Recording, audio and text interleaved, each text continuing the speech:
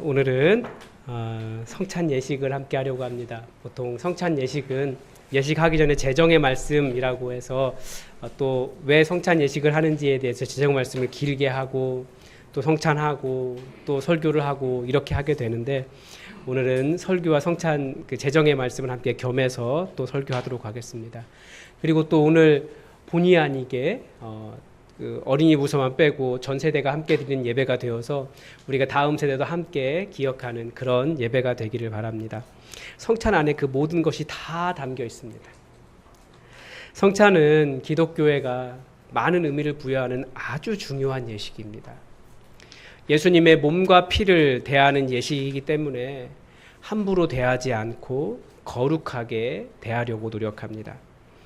그래서 저도 평소에는 양복을 입고 예배를 집례하지만, 물론 양복을 입었다고 해서 어떤 거룩함이 하나님의 거룩함이 달라지거나 제가 달라지는 것은 아니지만, 성찬 예식이 있을 때는 더 저를 절제하고 예배 가운데 예배 이렇게 가운을 입고 진행을 할 정도입니다.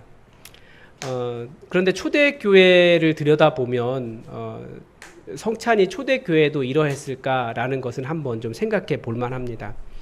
그 사도행전 2장에 보면 초대교회를 이렇게 묘사합니다. 날마다 마음을 같이하여 성전에 모이기를 힘쓰고 집에서 떡을 떼며 기쁨과 순전한 마음으로 음식을 먹었다라고 되어 있습니다. 그러니까 성전이 이렇게 있으면 그 집 뭐라고 할까요? 그 분파마다 모이는 곳이 달랐습니다. 바리새인들은 여기 모였고 사두개파는 여기 모였고, 여성들은 여기 모였고, 이방인들은 여기 모였고, 외국인 노동자들은 어디 모여 있고, 그 중에서 기독교인들은 솔로몬 행각 근처에 모여 있었던 것 같습니다. 매일매일 솔로몬 행각에 가면 그리스도인이 있었고, 그 모임이 끝난 이후에는 다들 집으로 흩어져서 떡을 떼며 기쁨과 순전한 마음으로 음식을 먹었다라는 거예요. 이게 성찬의 원형입니다. 성도의 교제와 집에서 식사를 함께 하는 것이 성찬이었어요. 또 밥을 함께 먹는다라고 하는 것은 그 한 가족이 되었다는 뜻이기도 합니다. 함께 모였는데 밥을 먹을 수 없는 사람들이 있으면 그 사람을 데리고 가서 내 집에서 함께 식사를 대접하고 식사를 나누면서 우리가 그리스도 안에서 하나다라고 하는 것을 확인하는 시간이었다라는 거죠. 그래서 기본적으로 우리가 함께 밥을 먹는 것은, 성도들이 모여서 함께 나누는 모든 식사는 다 기본적으로는 성찬의 의미를 가지고 있습니다. 우리가 그리스도 안에서 함께 식사한다라고 하는 거죠. 그래서 우리가 힘들어하는 성도를 초청하여 밥 먹자라고 말하는 것이 성찬의 의미인 거예요. 물론 이렇게만 말하면 안 됩니다. 마치 목회자가 필요 없고 예식이 필요 없고 제도도 필요 없는 것처럼 생각할 수 있기 때문에 그렇습니다. 그런데 그 둘 사이에 항상 조화를 이루어야 된다는 거죠. 단지 예식만 참여하고 성찬의 떡과 포도주를 먹고 나가서 성찬을 어떤 살아내는 그런 공동체적인 의미를 잃어버리고 예수님을 기억하지 못한다면 그 예식에 참여한 것이 무슨 의미가 있겠습니까? 또 반대로 나는 밥 잘 먹었으니 되었다라고 말하면 그것도 아무 의미가 없는 거거든요. 그러니까 우리는 의미를 찾다가 제도를 잃어버려서도 안 되고, 제도를 강조하다가 의미를 상실해서도 안 되는 것 아니겠습니까? 그래서 우리는 항상 겸손하게 그 이루어지고 있는 일에 대해서 의미를 찾으면서, 또 직분과 제도를 무시하지 않으면서 겉모습으로 의미를 상실하지 않도록 모든 일을 겸손하게 행해야 됩니다. 그래서 여러분 서로 자주 우리 밥 먹자라고 서로 초청하고 함께 식탁 교제를 나누시기 바랍니다. 그렇게 함께 모여서 말씀과 삶을 나눌 때 그게 바로 예배라는 거예요. 그 만남에 그리고 예수님이 계시도록 복음의 신비를 나누시기 바랍니다. 그러면 성찬의 의미를 살려나갈 수 있습니다. 바로 그렇게 성찬이 먼저 우리의 공동체적인 식사였다라는 것을 기억해 주시기 바랍니다. 이제 구약 성경과 신약 성경이 약간의 차이가 있죠. 구약 성경은 이스라엘이라고 하는 나라 전체가 공동체적이었어요. 하나님의 나라를 어떤 식으로 구현할까, 나라가 된다면 이것을 이루려고 한 것이 구약 시대입니다. 그래서 거기는 공동체에 대한 이야기를 계속하고 있고, 결국은 그 남유다든 북이스라엘든 멸망한 이유는 그 공동체가 제대로 세워지지 않았기 때문에 그래요. 하나님 나라로서의 공동체. 하나님의 말씀에 순종한다라고 말하는 사람들이 단지 안식일에 예배만 드렸기 때문에 괜찮다가 아니고 선지자들을 통해서 집중적으로 그 시대를 야단치시고 말씀을 보내신 이유는 너희가 왜 가난한 사람, 힘없는 사람 더 핍박하고 그 사람들 거 빼앗느냐, 그래서 너희가 망하는 거다, 이런 말씀도 하시거든요. 하나님이 잘 섬기지 않아서도 그렇지만. 그러니까 사람들이 자기가 부자가 되려고 가난한 사람을 착취하고 돌보지 않았기 때문에 그 시대가 망한다라고 말씀하신 거예요. 여러 가지가 있지만 아주 중요한 내용 중에 하나인 거죠. 그러니까 공동체가 깨진 거예요. 그래서 하나님께서 심판하셨다라는 거죠. 신약 성경은 이제 그 회복된 하나님 나라로서의 공동체, 그 가난한 사람을 살게 하는 하나님 나라를 어디에 심어두셨습니까? 교회에 심어두셨어요. 그래서 신약 공동체 또한 다양하게 공동체에 대해서 가르쳐 줍니다. 그런데 신약의 적용은 다 공동체적이에요. 그래서 우리가 로마서를 읽을 때도 1장부터 11장까지는 복음에 대한 설명을 하잖아요. 그리고 12장에 딱 선언합니다. 뭐라고 선언합니까? 다 외우고 계신 말씀이잖아요. 그러므로 형제들아, 내가 하나님의 모든 자비하심으로 너희를 권하노니 너희 몸을 하나님이 기뻐하시는 거룩한 산 제물로 드리라. 이는 너희가 드릴 영적 예배니라. 우리는 이 말씀을 읽으면서 영적 예배다, 나를 온전하게 드리는, 하나님께서 기뻐하시도록 드리는 것이 예배다라고 말하면서 예배를 강조합니다. 그런데 여기서 말하는 하나님이 기뻐하시는 산 제물로 드리는 영적 예배라고 하는 것은 12장 이후는 다 공동체에 대한 이야기예요. 이제 너희가 예수 그리스도의 은혜라는 그 복음을 알았으니 그러면 어떻게 살 것이냐? 옆에 있는 사람을 어떻게 대하는 것이 결국 너희가 산 제물로 너희 자신을 드리는 것이고 하나님께 드리는 예배다라고 예배의 개념을 바꾸는 거예요. 옆 사람 어떻게 대할 것인가. 그러니까 내가 이 영적 예배가 이렇게 한 몸으로 모여있는 이 사람들이 서로 다른 지체를 내 몸으로 이해하고 사랑하는 거라는 거예요. 그래서 12장 이후에 계속 보면 형제를 사랑하고 서로 우애하고 존경하기를 먼저 하고 부지런하여 게으르지 않고 주님을 섬기며 성도들의 쓸 것을 공급하는 매우 실제적인 서로가 서로를 살리는 공동체를 만들어가는 것, 이것을 복음의 적용이라고 가르쳐주고 있는 것입니다. 이것이 하나님께서 기뻐하시는 나 자신을 하나님께 드리는 영적 예배라는 거예요.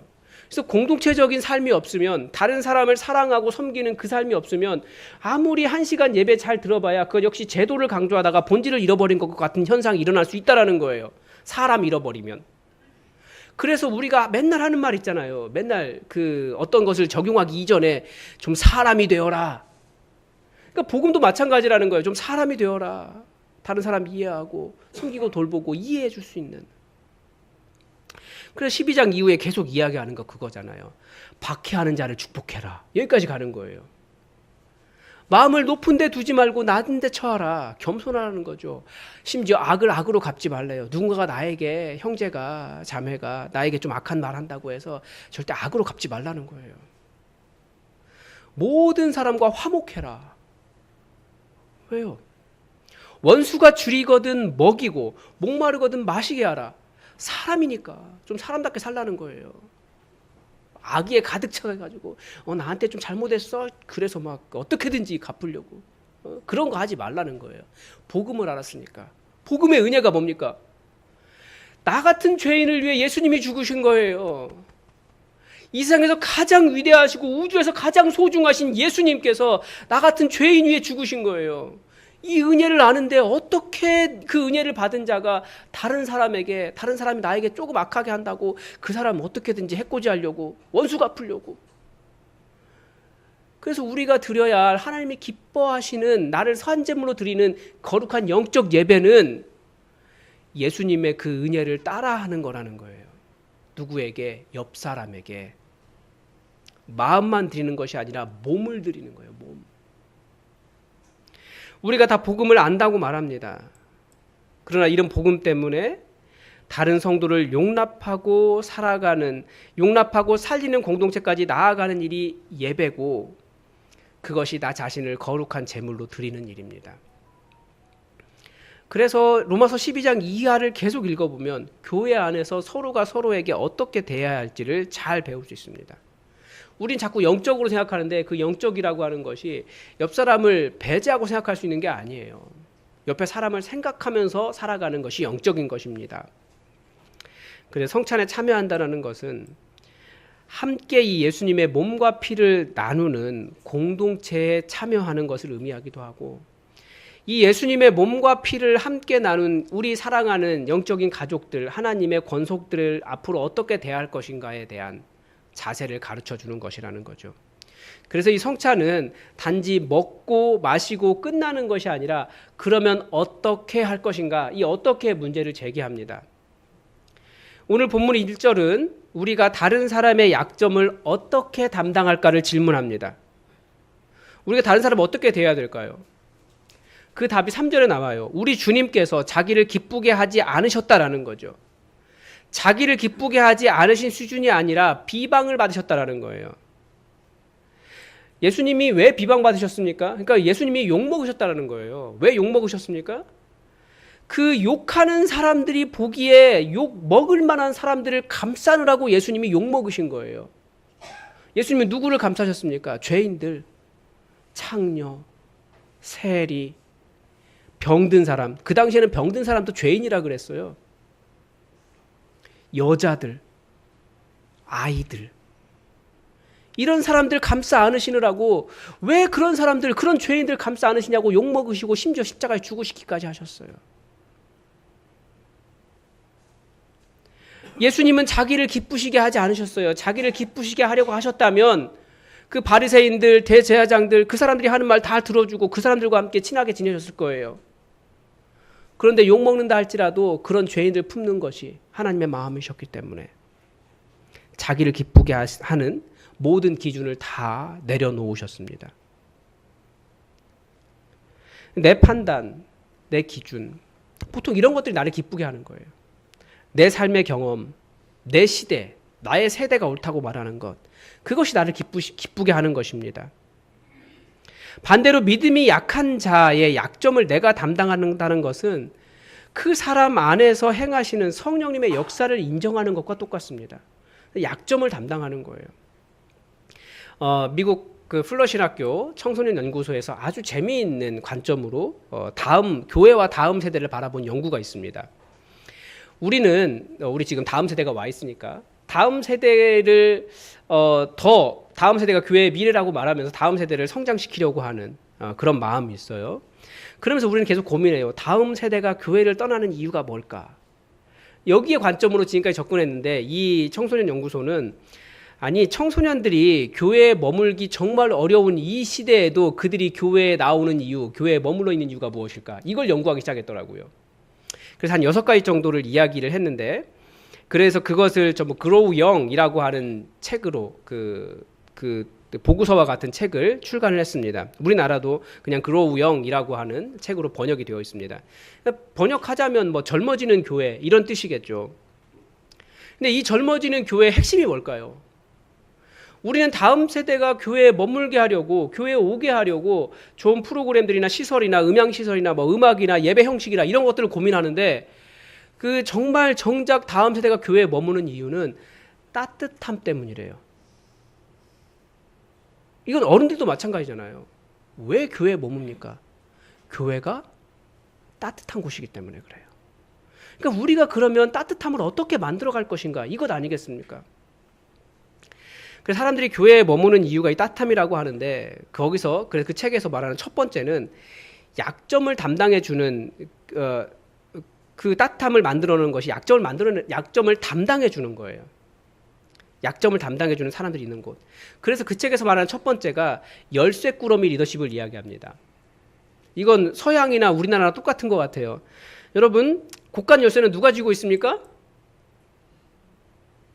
이게 세대가 또 달라진 거예요. 이게 젊은 세대는 모를 거예요. 이게 나이가 좀 들어야 아는 건데, 곳간 열쇠는 주로 시어머니가 붙잡고 있습니다. 그래서 안 놔주잖아요. 예. 일부는 세대가 비슷해서 그런지 다 이해하시던데 여기는 세대가 다른 것 같습니다. 네. 곳간 열쇠는 시어머니가 쥐고 있다가 며느리에게 이것저것 다 시키고 막 힘든 일도 시키고, 그러다가 며느리가 이제 믿을만 하면 곳간 열쇠 주면서 이제 네가 잘 관리해라. 이제 그게 며느리가 시어머니한테 인정받는 순간이잖아요. 예. 그래서 곳간 열쇠 주는 건데, 외국도 똑같은 것 같아요. 첫 번째 이야기하는데 열쇠 꾸러미 리더십이래요. 그러니까 열쇠 꾸러미를 꽉 쥐고 있는데 그 세대가 다음 세대에게 열쇠 꾸러미를 넘겨주는 거라는 거예요. 그러니까 왜 시어머니가 곡간 열쇠를 며느리에게 넘겨주지 못합니까? 믿음지가 않은 거예요. 근데 약점을 담당해 주는 교회란 바로 그 곡간의 열쇠 꾸러미를 다음 세대에게 넘겨주는 것과 똑같습니다.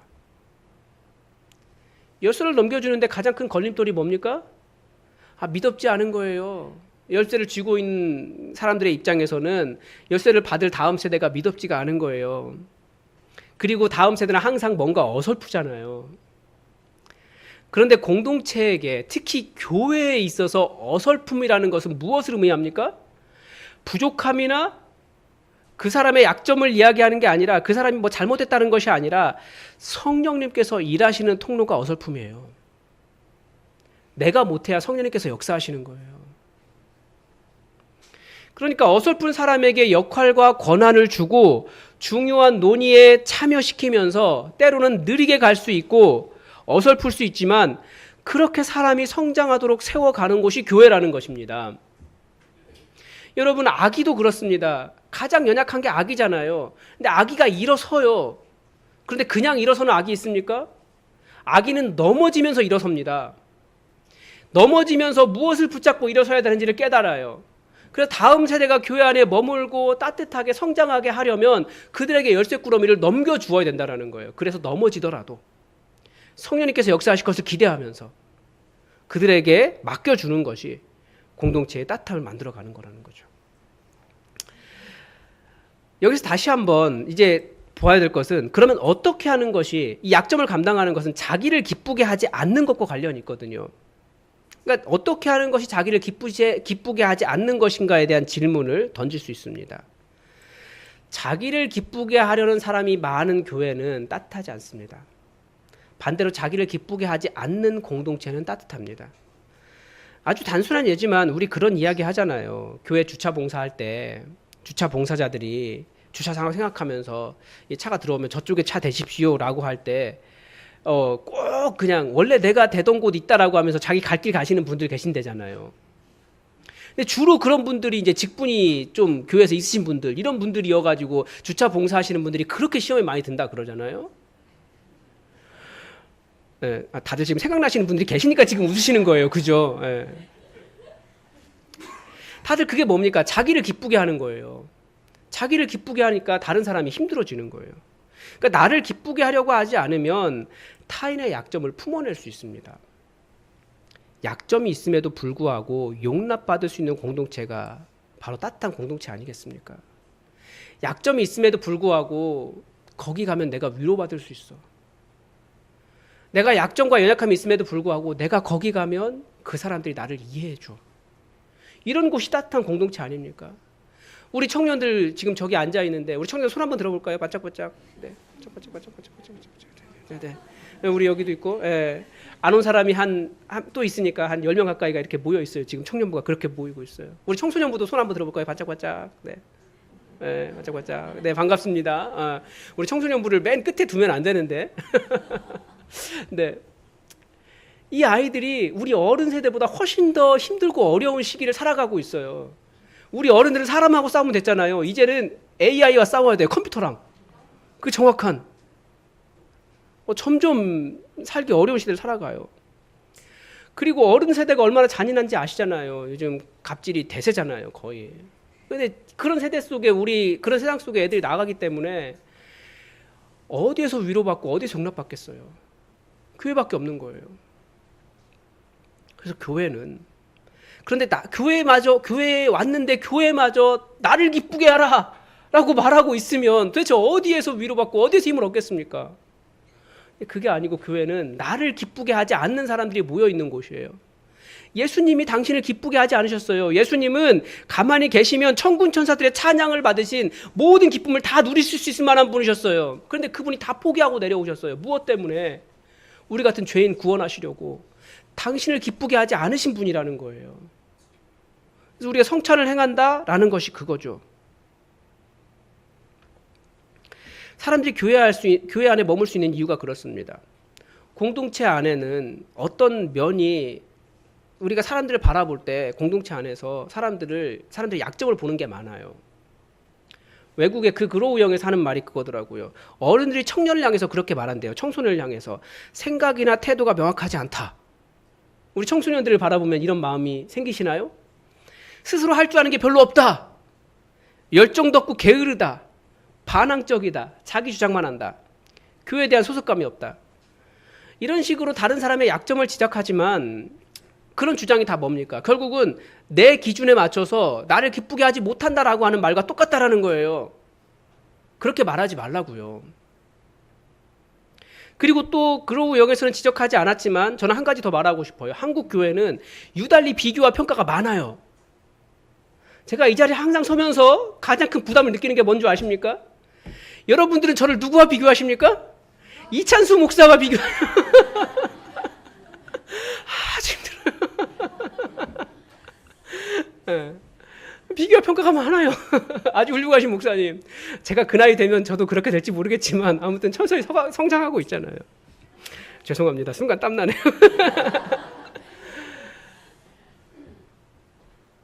우리는 사람을 너무나 감사하게, 예쁘게, 우리에게 온 것만으로 환영하는 그렇게 사람을 대하는 거지 왜 나를 기쁘게 하지 못하느냐 이렇게 바라보는 존재가 아니라는 거예요. 예수님이 피 흘리시면서 십자가 지시면서 몸을 찢으시면서 너희들은 왜 나를 기쁘게 하지 못해라고 말씀하신 게 있나요? 당신을 팔러 나가는 가룟 유다도 밥 먹여서 보내신 분이 예수님이에요. 지금 팔러 나갈 줄 아는데 밥 주면서 그래 이제 네 할 일하러 가라. 당신을 십자가에 못 박는 사람들을 향해서도 왜 나를 기쁘게 하지 않느냐 이렇게 말씀하지 않으셨어요. 주여 저들이 뭐 하는지 모르는데 저들의 죄를 용서해 주십시오. 이게 바로 성찬이에요. 성찬에 참여한 사람들의 마음이에요. 그리고 다른 사람을 바라보는 자세입니다. 그래서 예수님은 모든 비방이 나에게 미쳤다. 그러니까 그렇게 욕을 먹었다. 나를 욕을 먹는다는 것은 내가 기쁜 게 아니에요. 그렇지만 나를 기쁘게 하지 않으셨기 때문에 다른 사람의 비방을 다 감당하셨습니다. 나를 기쁘게 내 마음에 들도록 내 눈에 흡족하도록 내 기분이 좋도록을 내려놓으면서 교회의 용락과 이외에 머물 수 있는 따뜻함이 만들어지는 겁니다. 우리 성찬이 바로 그런 따뜻함이라고요. 성도는 복음의 신비를 감직한 사람들입니다. 복음의 신비는 나같이 용납받을 자격이 없는 죄인을 위해 우주에서 가장 소중한 예수님께서 십자가 위에서 죽으셔서 나를 하나님의 자녀로 회복시켜 주신 것이 복음입니다. 이 용납을 모를 때, 다시 말하면 이 복음의 비밀을 간직하지 않은 사람이 자꾸 자기를 기쁘게 타인의 약점을 품지 못한다는 거죠. 성찬은 바로 이제 그렇게 내가 그렇지 않고 예수님처럼 나를 기쁘게 하는 일이 없어도 그 사람의 약점을 감당하겠습니다 라고 말하는 것이 성찬입니다. 그리고 또 오늘 본문 7절에 보면 그리스도께서 우리를 받아 하나님께 영광을 돌리심과 같이 너희도 서로 받으라 라고 권면합니다. 그러니까 그리스도께서 우리를 받아서, 그러니까 우리가 누구입니까? 그러니까 이 질문 전에 그리스도가 누구십니까를 먼저 질문해야 되죠. 그분은 가장 위대하신 하나님이십니다. 근데 그분이 연약한 자를 받으셨기 때문에 하나님께 영광이 되었다라고 말합니다. 너희도 서로 받으라라고 하는 말씀이 그 말이에요. 부모가 되어 보니까 알겠더라고요. 그 강한 자녀가 약한 자녀의 약함을 받아주고 감싸줄 때 부모는 마음이 놓여요. 감사해요. 애들이 잘 컸구나 생각해요. 그런데 자녀 중에 강한 자녀가 더 많은 것을 가지려고 약한 자녀를 때리고 말하느라고 막 야단치고 못 살게 굴고 그러면 부모의 마음이 하나도 기쁘지가 않아요. 걱정이 돼요.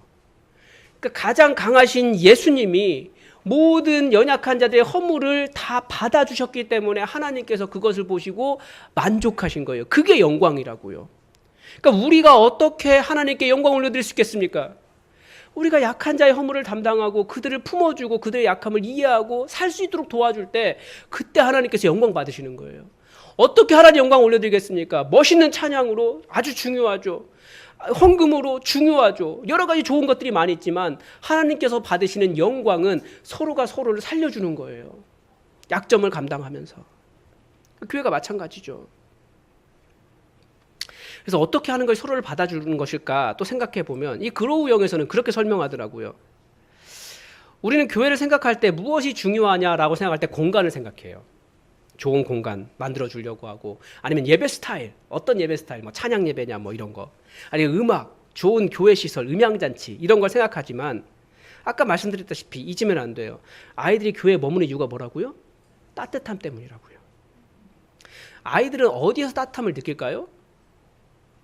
그 책에서 이야기할 때 나를 아는 어른 5명 이상이 있을 때. 그러니까 청소년, 그러니까 새가족 이야기할 때도 그러거든요. 새가족 사역의 핵심은 사람들을 5명과 연결하는 거라고 이야기해요. 그래서 목사님과 연결하고 장로님과도 연결하고 집사님하고도 연결하고 이렇게 연결하는 건데 아이들도 똑같더라고요. 그 5명. 나를 아는 어른 5명. 내 이름을 불러주는 사람 5명. 많지도 않은데 그 5명이 없어서 사람들이 교회 안에 따뜻함이 없다고 생각한다라는 거예요. 지금 생각해 보니까 그래요. 제가 청년 시절에 잠깐 4개월 다녔던 교회가 있는데 제가 4개월 가는 동안 내내 담임 목사님과 부목사님이 우리 청년 이름이 뭐예요? 4개월을 물어봤어요. 제가 그 교회 어떻게 했을까요? 4개월이면 진짜 오래 다닌 거예요. 매주 그 이야기를 들으면서 교회 나왔어요. 그리고 교회 방황을 시작한 거예요. 군대 제대하고. 그 5명이 없어서. 그러니까 이름이라는 것이 그렇습니다. 이름은 나를 의미해요. 내 이름을 알아주는 사람이 따뜻한 곳이에요. 그래서 여러분, 서로 여러분 이름을 아십니까? 이름을 알지만 모두 아는 건 아니에요. 혹시 그런 생각 하십니까? 저 사람들이 내 이름을 알까? 라는 생각 있으신 분이 계십니까? 그게 외로운 거예요. 자, 우리 청년들 다시 한번 바짝바짝 한번 손 한번 들어보세요. 바짝바짝. 네. 자, 여러분 청년들의 이름을 아십니까? 아는 사람도 있고 모르는 사람도 있죠. 그러니까 우리가 저 친구들에게 따뜻함을 만들어주는 것은 저 친구들의 이름을 불러주는 거예요. 우리 청소년부도 마찬가지예요. 청소년부는 모든 게 부끄럽기 때문에 그만 얘기하겠습니다. 네. 우리 아이들의 이름을 불러줄 때. 송현아. 다윤이 안녕. 오랜만에 왔는데. 네. 우리 서아가 맨 뒤에 있어서 서아 안녕. 네. 그리고 우리 저기 성환이 안녕. 네. 우리 아이들의 이름을 불러줄 때 공동체의 따뜻함을 느끼는 거예요. 미안해 지유라 지민이. 그리고 우리 친구 이따 이름 한 번도 저에게 이름을 얘기해 준 적이 없거든요. 안녕. 네. 우리가 이렇게 서로 이름을 알아가는, 이름을 불러주는 공동체가 따뜻한 공동체라는 거예요. 그래서 우리가 오늘 성찬을 다 함께 하려고 하는데 마침 우리가 청년과 청소년부가 다 모였어요. 그래서 우리가 성찬을 할 때 그냥 지금까지는 앞에 나와서 아니면 여러분 자리에서 먹고 끝냈지만 그게 아니고 그건 성찬의 의미를 반만 생각한 겁니다. 성찬의 진정한 의미는 서로를 아는 거예요. 서로의 이름이 회복되고 얼굴이 회복되고 삶이 회복되는 것입니다. 그래서 다 일어나서 서로 이야기를 하면서 길게 하면 너무 시간이 길어지니까 내가 딱 둘이 만났을 때 내가 나이가 많은 것 같다 그러면 저는 누구입니다. 그러면 상대방이 또 저도 누구입니다 라고 얘기하고 잘 오셨습니다. 환영합니다 하고 안아주고 그렇게 5명이 채워지면 앞으로 오십시오. 그래서 우리 성찬을 나눴으면 좋겠습니다. 굉장히 뻘쭘하죠? 네, 안 해봤기 때문에 그런 건데 성찬을 한다라고 하는 것은 단지 그냥 예수님 감사합니다 사랑합니다 얼른 먹고 가는 게 아니에요. 서로의 얼굴과 이름이 회복되는 거라고요. 그래서 부끄럽지만 약간 좀 뻘쭘하지만 그래도 꼭 한번 하시면서 서로의 얼굴과 이름을 회복하는 시간이 되었으면 좋겠고, 아는 사람 말고 잘하는 사람 말고 잘 모르는 사람, 그동안 그 이름 알고 싶었던 사람, 그리고 알고 싶은 사람, 그 사람 찾아가서 이 일을 한번 하시고, 그리고 5명이 채워지면 앞으로 나오시기 바랍니다. 아직 시작 아니에요.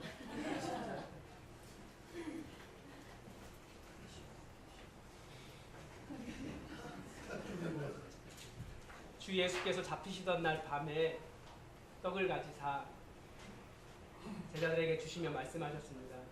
이것은 너희를 위하여 지킨 내 몸이다. 받으라 먹으라 말씀하셨습니다. 그리고 식후에 잔을 가지사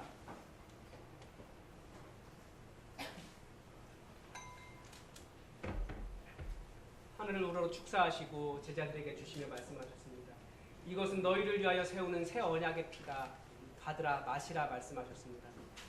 그리고 주님 오시는 그날까지 이것을 행하여 나를 기념하라 라고 하셨습니다. 이 기념 안에는 우리를 위하여 찢기고 피 흘리신 예수님의 몸과 피가 있고 우리가 함께 먹고 이 피를 나눈 공동체 사랑하는 그리스도의 가족들이 있습니다. 우리가 이 성찬을 행하여 그 가족됨이 회복되기를 바랍니다. 자, 이제 다 함께 자리에서 일어나셔서 서로 돌아다니시면서 그동안 이름이 궁금했던 사람, 이야기 나누고 싶었던 사람, 잘 모르는 사람, 낯선 사람, 우리 청년들, 청소년들 가서 이름 물어보시고 서로 이름과 얼굴이 회복되는 그런 시간 되시기 바랍니다. 그리고 앞으로 나오시기 바랍니다.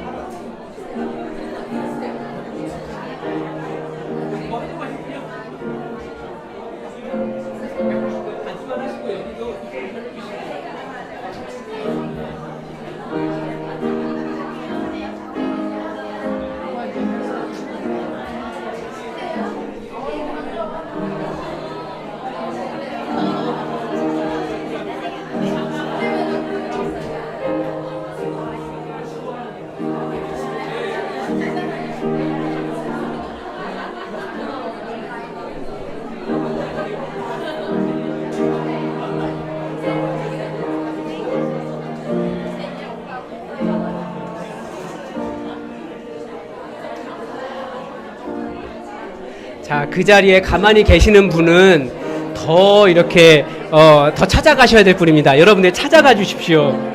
네.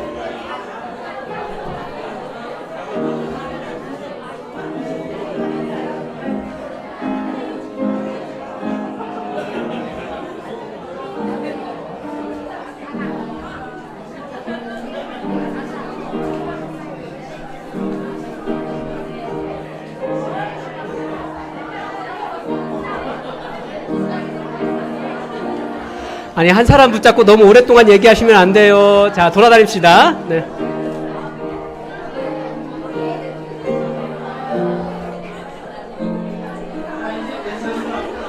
자, 5명과 인사를 하신 분들 앞으로 나와서 성찬에 참여해 주시기 바랍니다.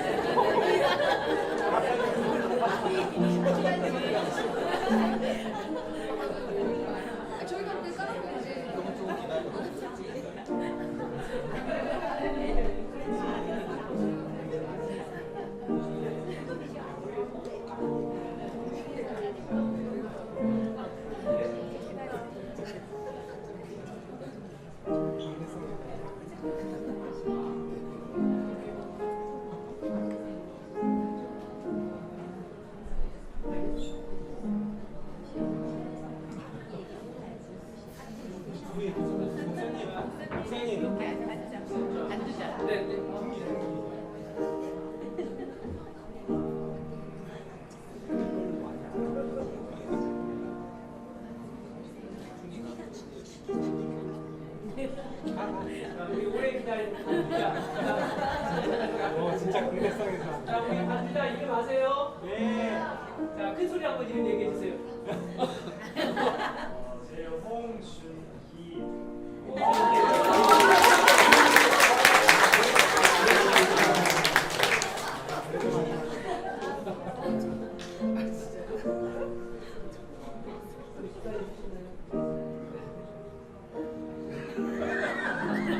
이름 몰라요. 사진 찍어주세요.